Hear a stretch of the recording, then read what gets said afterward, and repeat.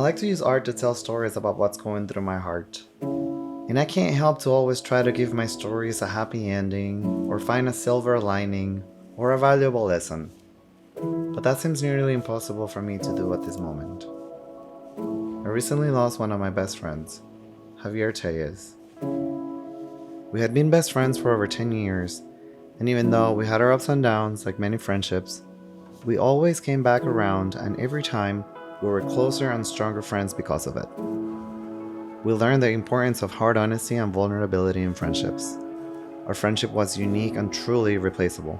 He was very close and very special to me. I was blessed though that he allowed me to take care of him in the last few weeks. I was blessed because, even though it was a tough situation to be in, our friendship had really transcended into something else. Any confusion or resentments from the past had been completely resolved, and there were no walls between us. We opened up our hearts to each other and connected in a way I'm sure only a few people experience in their lives. In these last few days and weeks with him, I make sure that he felt deeply and unconditionally loved. I showed him love in every single word, gesture, and action. On the last day, I told him even though we had been friends for over 10 years, somehow I still loved him more and more each day. And it's true, that day I loved him more than ever. In those last few days, we had a lot of very special moments and conversations that I will always cherish. Conversations about love, loneliness, art, spirituality, forgiveness, compassion.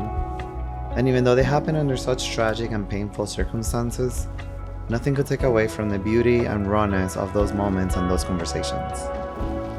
Even though he left us too soon, I do believe he lived his life to the fullest, more than most people his age. I also know he lived his life authentically. He always spoke his mind. He didn't spend a day pretending to be someone else for anyone. I admired him for it.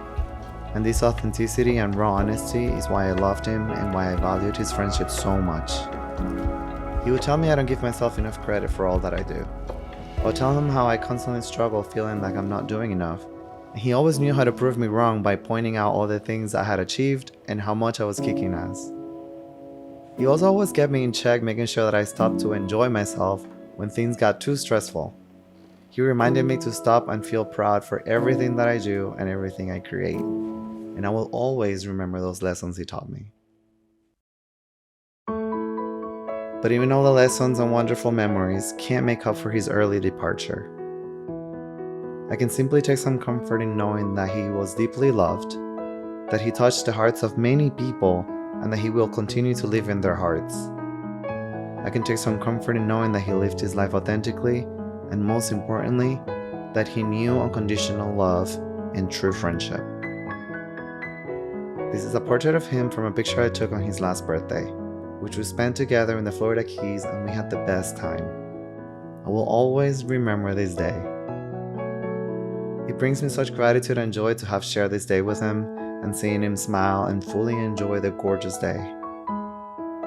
I will always carry his love and this pain with me in my heart, and I am blessed for it. He will continue to inspire me in my art because he is a big part of me and who I am, and he will always be. And in that way, he will always live on.